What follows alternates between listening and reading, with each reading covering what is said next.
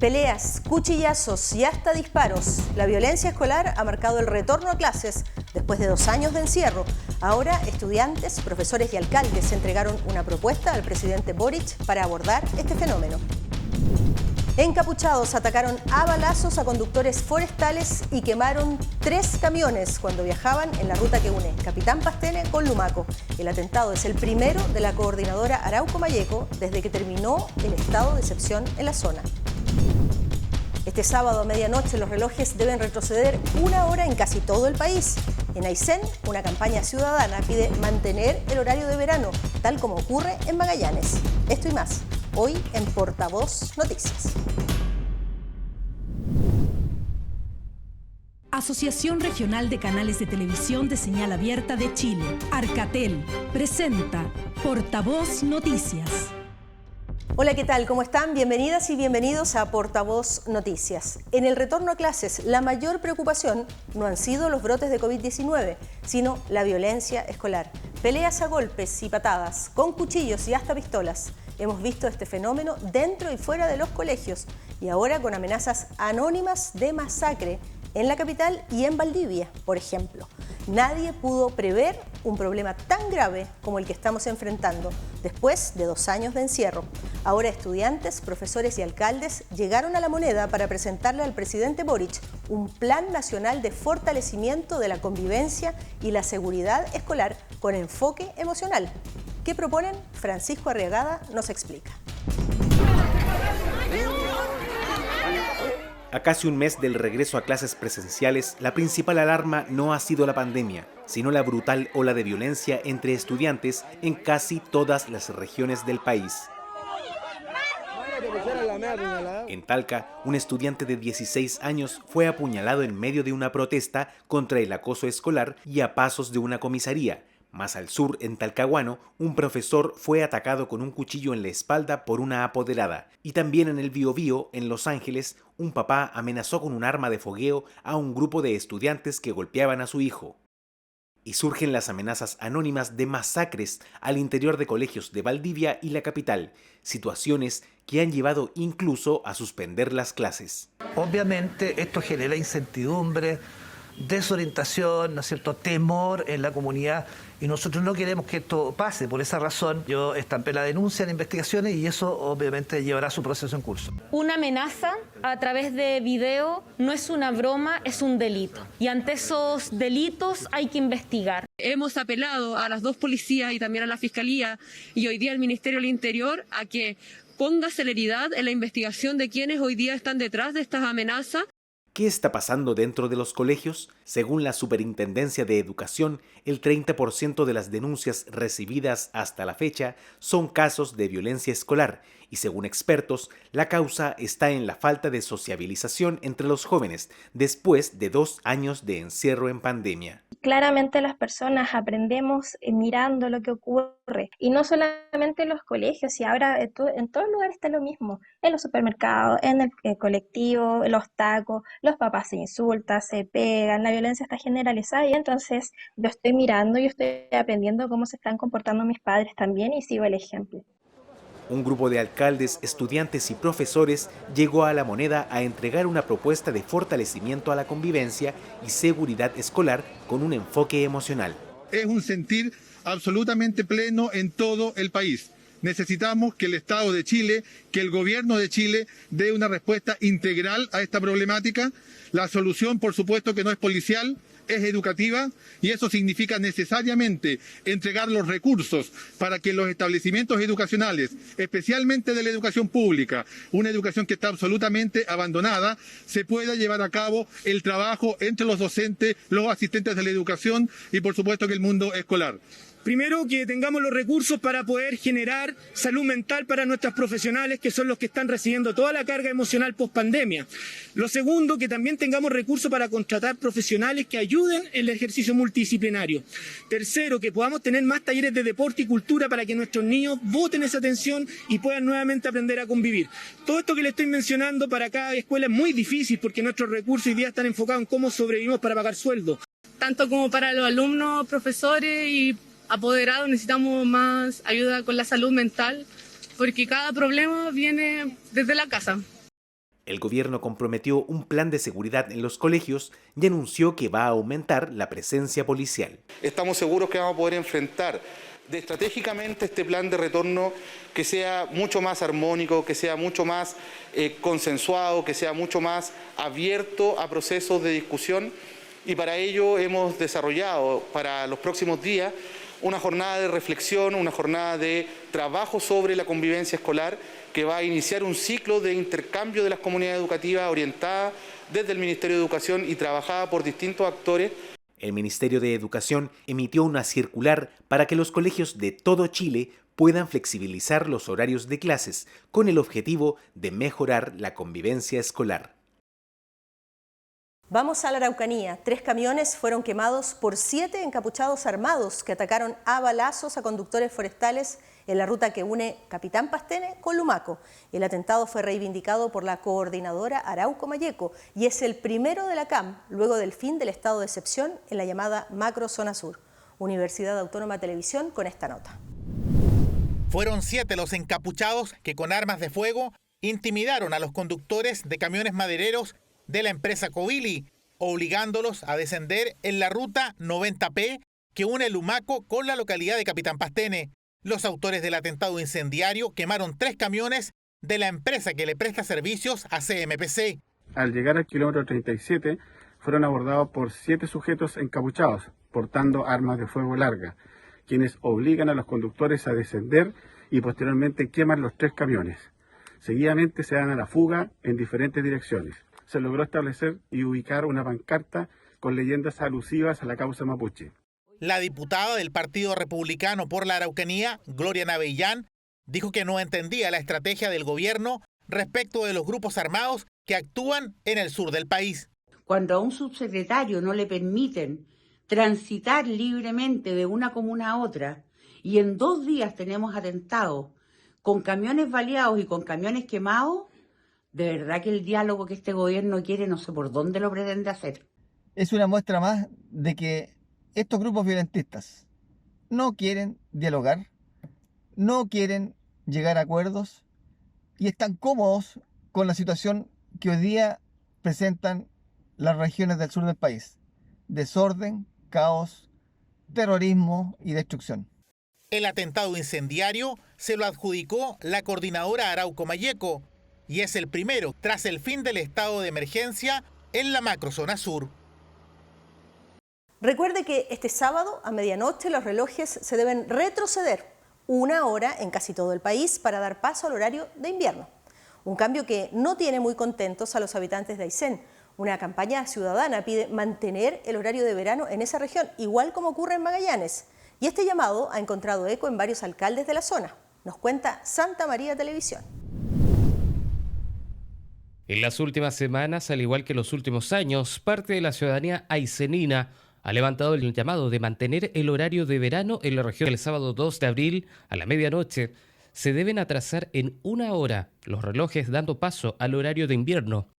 No estoy de acuerdo porque cuando despertemos los que estamos trabajando, los que están estudiando, va a estar totalmente oscuro. Sí, porque ya siempre se ha hecho y uno ya está como acostumbrado que en algún momento se va a tener que cambiar la hora. Pucha, acá en la región igual como que no nos acomoda mucho. Mucho frío en las mañanas, se adelanta, se atrasa, ¿cómo va a ser? La campaña ciudadana para mantener el horario de verano ha encontrado eco en parte de los alcaldes de la región de Aysén. El problema del cambio de hora tiene que ver no tanto con estudios, sino que más bien con las seguridades que nuestra gente hoy día no tiene, porque que nuestros niños y niñas de muchos vecinos tengan que caminar cuadra y cuadra en oscuridad, ¿cierto?, o con luz de noche, es totalmente preocupante. Más del 90% de la población cree necesario mantener este horario y creo que aquí hay coincidencia en todo el territorio. Tenemos que mantener la energía por más tiempo. Entonces para nosotros, y me sumo fuertemente también a lo que decían los otros colegas, de que estamos totalmente en contra del cambio de hora.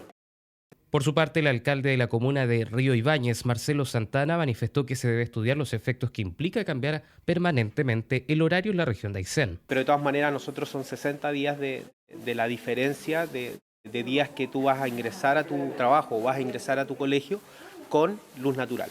Desde la delegación presidencial mencionaron que la comunidad no debe generarse expectativas respecto a la mantención del horario de verano durante este 2022.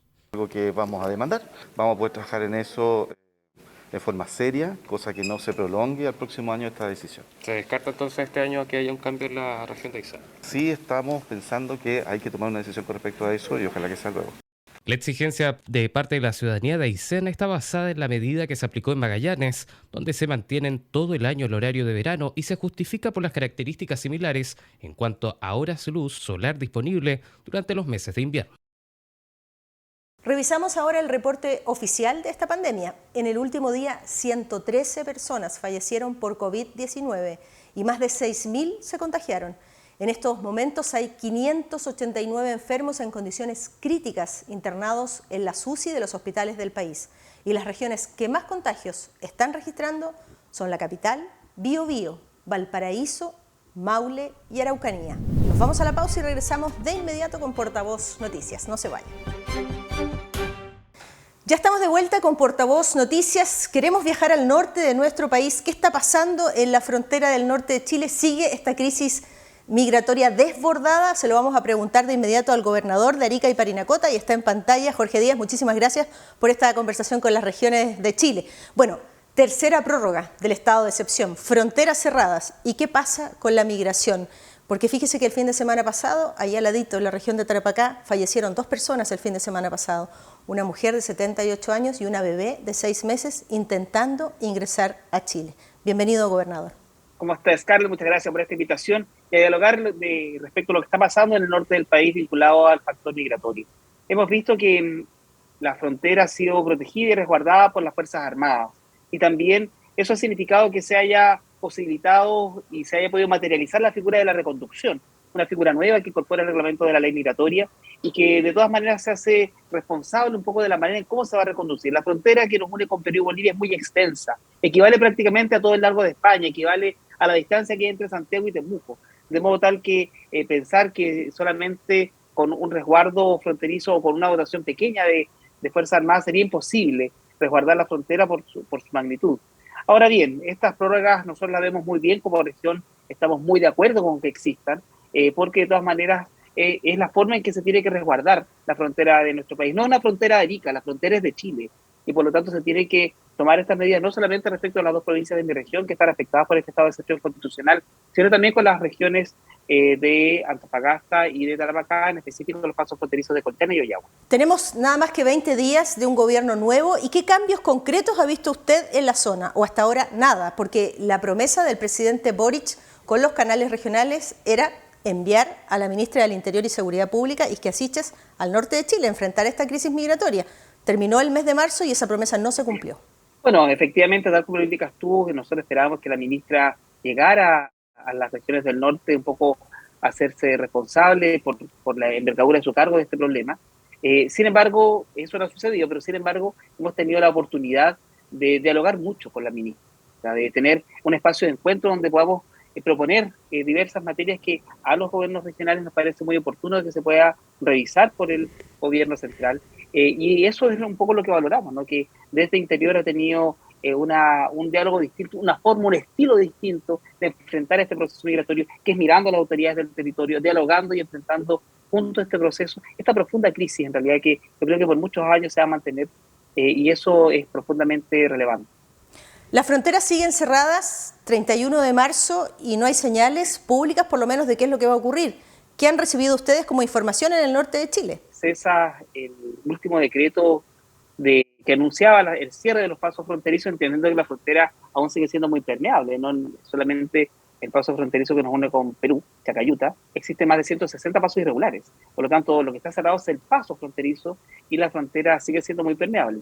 Esta situación se debe prorrogar porque en realidad no existe ninguna acción vinculada a paliar o enfrentar una eventual apertura de frontera que si nada se anuncia debería suceder mañana.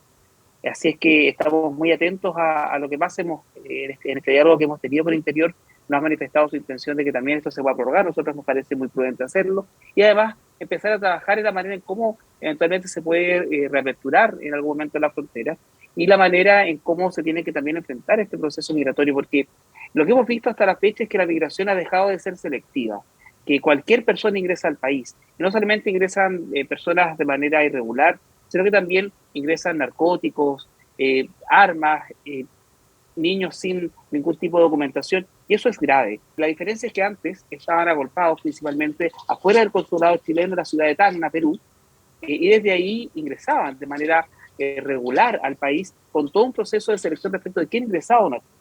Durante la pandemia, como el paso fronterizo ha estado cerrado, eso no se ha producido. Y en realidad se produce en todos los países del mundo. Hay profundos problemas de desigualdad que tenemos en nuestro país y que dicen relación con la manera en cómo también tenemos acceso a una vivienda, a educación, salud, al fomento de la cultura, entre otros. Y además tenemos que tener la capacidad como sociedades de entender de qué manera enfrentamos también estos bienes o derechos sociales básicos con las personas migrantes. Hay veces que me dicen, ¿sabe qué, gobernador? Estuve 5 horas en la urgencia del hospital regional y habían varias personas extranjeras delante de mí, antes que yo. Y tuvimos que esperar muchísimo. Entonces, gobernador, en realidad no cabe un alquiler más en la urgencia del hospital regional. Y claro, cuando uno nota eso, uno entiende que hay decisiones que tenemos que tomar nosotros como sociedad. Ahora, estos problemas de desigualdad que existen en Chile, yo tengo absolutamente claro que una ley migratoria no es la llamada solución a aquello, ¿no? Pero sí tenemos que ponernos de acuerdo en cuáles son los derechos que deberían tener, cuáles son las obligaciones que deberían tener, y eso es un factor que es muy importante y por eso se necesita diálogo. Junto a los gobernadores de Tarapacá y Antofagasta iniciamos una serie de propuestas, ¿no?, que se las entregamos a Interior con el objeto de que podamos dialogar respecto de estas y otras más que desde el Ministerio se puedan iniciar. En pandemia, con las fronteras terrestres cerradas, igualmente siguió esta crisis de ingreso desbordado de migrantes. Yo le pregunto, si el gobierno ha dicho que no es partidario de seguir extendiendo indefinidamente el estado de excepción, entonces, ¿cuál es el camino? Hay instrumentos legales probablemente que podría usar el gobierno, podría agregar tecnología, podría mejorar la dotación policial, pero si de verdad se necesitan militares resguardando la frontera, habría que impulsar un cambio legal, es decir, ir al Parlamento y desde allí impulsarlo. Por una parte está el decreto 265 que faculta al ministro de Defensa a actuar por orden del presidente de la República para incorporar más tecnología en el resguardo de las fronteras. O, tal como tú le indicas, por otra parte, pensar en efectuar un cambio legislativo que indique que son las Fuerzas Armadas también las encargadas dentro de sus funciones de resguardar las fronteras. Y esa es una mirada que quizás es un poco más a largo plazo, pero yo creo que es muy necesaria. Y vemos que también el Parlamento, a diferencia de lo que pasa con el Gualmapu, con la región de la Araucanía, respecto al estado de excepción constitucional, se ha mostrado bastante llano a entender lo que pasa en la región de Arica y Pernacota y a entender lo que las implicancias que esto tiene, no solamente para mi región, sino que para el país. Porque en definitiva la migración también se mueve mucho, no va de un lado a otro, y es imposible frenarla o decir, no, usted llega hasta acá nomás, disculpe, no puede seguir avanzando en ninguna parte, sino que por esencia, por naturaleza, la migración va moviéndose de un sector a otro, de un lado a otro, y por lo tanto es imprescindible que se tomen decisiones desde el gobierno central, pero también en concordancia con los gobiernos regionales, con los alcaldes, con las autoridades que estamos con este problema de manera permanente, que vivimos la migración a cada minuto en nuestras regiones y en nuestros territorios. Jorge Díaz, gobernador de Arica y Parinacota, muchísimas gracias por este contacto con Portavoz Noticias. Un abrazo, Scarlett, que les vaya muy bien. Muchas gracias, hasta pronto. Bien, ahora vamos a otras informaciones. Chile ha promulgado un nuevo Código de Aguas justo en medio de una durísima sequía y crisis hídrica en gran parte del país.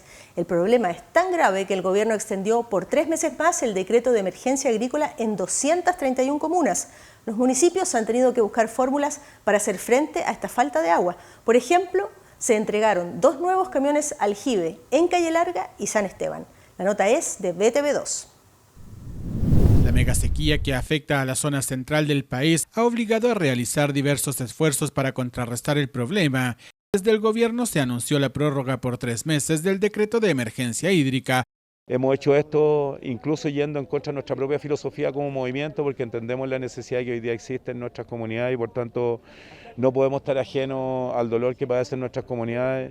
En la provincia de Los Andes se entregaron 2 camiones aljibes, uno para la comuna de Calle Larga y otro para San Esteban. No podemos negar que el agua es escasa. Creo que es de mucha trascendencia que el gobierno regional haya entregado estos camiones aljibes a las comunas de la provincia. La entrega de camiones aljibes no es una solución para un problema tan dramático como la falta de agua para el consumo humano. La propiedad del agua se encuentra concentrada fundamentalmente en la industria extractiva. La industria forestal, la industria agrícola concentran prácticamente el 90% de los derechos de aprovechamiento de agua de uso consultivo. Los camiones quedan en manos de los municipios, deben comprar el agua para abastecer a las familias necesitadas. Quienes tienen derechos venden el agua a precios elevados, aprovechando la necesidad de muchos. Muchos dicen que esto ya estaba consagrado, pero la verdad es que no estaba consagrado institucionalmente, porque eso ha permitido que muchas veces se privilegie la utilización del agua para la minería y sobre todo para la agricultura por sobre el consumo humano. De manera tal, por ejemplo, que tenemos que estar entregando camiones de aljibe para que la gente consuma agua.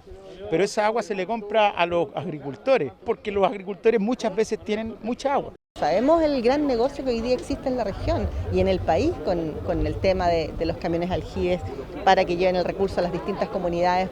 Son alrededor de 350 familias las que hoy día les estamos entregando agua a través de camiones aljibe. El camión que actualmente nosotros utilizamos es un camión de bastantes años ya. Yo creo que falta que controlen todo el paso de agua, porque a veces a nosotros nos cortan el agua, tenemos que estar pagándole a una persona para que trabaje cuidando, digamos, la entrada de agua de noche. Los camiones aljibes consideran un estanque de 5.000 litros, cumplen con las exigencias sanitarias actuales para el transporte de agua potable e incluyen un curso de capacitación para los operadores, a fin de que el mantenimiento sea el óptimo, teniendo en cuenta que de eso también depende la salud de quienes consumirán esa agua. En la región del Maule se realizó la primera reunión entre la delegación presidencial y los gremios agrícolas y productivos. Este primer acercamiento tuvo como objetivos impulsar la economía de la zona y buscar soluciones a los problemas que genera la sequía. TV5 de Linares nos cuenta. A 20 días de asumido un nuevo gobierno en los distintos niveles, un primer encuentro se concretó entre la delegación Maule y el mundo agrícola y productivo. Generar condiciones de desarrollo de la actividad, planes para la sequía y la seguridad fueron temas para dirigentes agrícolas, del comercio, construcción y productivo.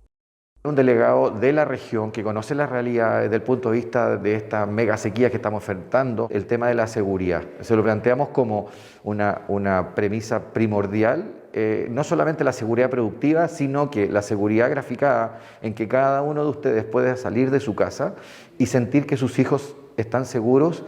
Sabemos que para el desarrollo de la región, para el desarrollo económico, agrícola, productivo, necesitamos de los privados y trabajar en conjunto. Una gobernanza que esté establecida a través de criterios públicos y privados, de mesas de trabajo permanente, de relación mancomunada, de poder establecer políticas públicas que también tengan un aterrizaje regional y podamos conversarlas para luego aplicarlas. En el encuentro no se convocó a gremios de Maule Sur, un grave error a juicio de dirigentes agrícolas que esperan sea corregido.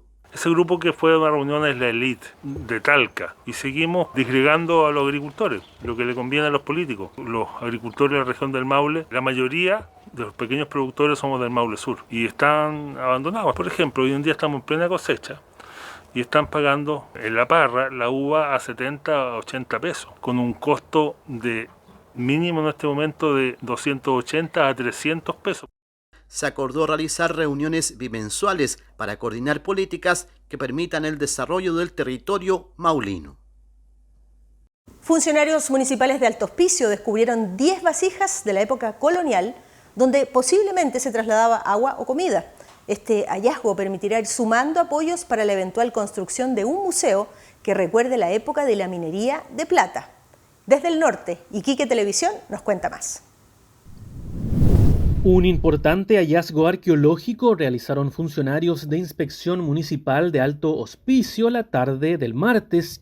Encontraron 10 vasijas en medio del desierto y si bien se pensó que podían ser de tiempos indígenas, la cercanía con el sitio histórico de Huantajaya daría cuenta de que fueron usadas en tiempos coloniales, posiblemente para el traslado de agua o vino durante la época de los asentamientos de plata. Yo no soy experto, no soy arqueólogo ni nada, pero da la impresión de que fueran de tiempos incaicos, ¿no? O quizás anteriores, estamos hablando de más de 500 años o 1000 años. Por la información preliminar que se ha podido levantar, esto es un conjunto, un grupo de 10 botijas peruleras, que son especies de cántaros, ¿no es cierto?, de cerámica, que tienen una data de la época colonial, estamos hablando aproximadamente siglos XVII y XVIII, y están asociadas de alguna forma a las rutas de tráfico y de recolección de estos minerales de plata. Y de alguna forma en este contexto es que esta ubicación estaría vinculada a estos hallazgos. Este es el primer hallazgo de vasijas completas en los alrededores de Alto Hospicio. Los terrenos correspondientes a bienes nacionales serían prontamente resguardados para evitar posibles saqueos. Por el momento, las piezas están guardadas en el Centro Cultural de Alto Hospicio. Ahí hay una iniciativa importante que viene trabajando el equipo de voluntarios del patrimonio de Alto Hospicio y un interés y un trabajo sostenido respecto al mineral de Huantajaya. La posibilidad de instalar un museo que recuerde la época de la plata en Alto Hospicio, así como rescatar el patrimonio para fomentar el turismo, ha sido un constante anhelo de la comuna. Vamos a resguardar aquí, vamos a poner gente para poder proteger esta información histórica y arqueológica, porque puede ser de mucho valor para nuestra comuna, para nuestra región y para nuestro país. Las botijas que sirven para transportar líquidos también habrían sido utilizadas para trasladar alimentos, ya que se encontraron algunas semillas. Y aunque aún queda mucho por indagar, algunas ideas preliminares apuntan al uso del vino como forma de pago a los mineros de las faenas de plata. Justo en el límite que se había autoimpuesto y a 20 días de haber asumido el mando, el nuevo gobierno designó a gran parte de los seremis del país. Hasta ahora solo habían sido designados los seremis de salud y educación por la urgencia que supone esta pandemia y el retorno a las clases presenciales. Pero atención, todavía quedan varios cargos vacantes en cada región del país. La información está en www.portavoznoticias.cl. Llegó el momento de despedirnos y recuerden que también estamos en las redes sociales, en Facebook, en Twitter y en Instagram. Gracias por acompañarnos. Hasta pronto. Asociación Regional de Canales de Televisión de Señal Abierta de Chile, Arcatel, presentó Portavoz Noticias.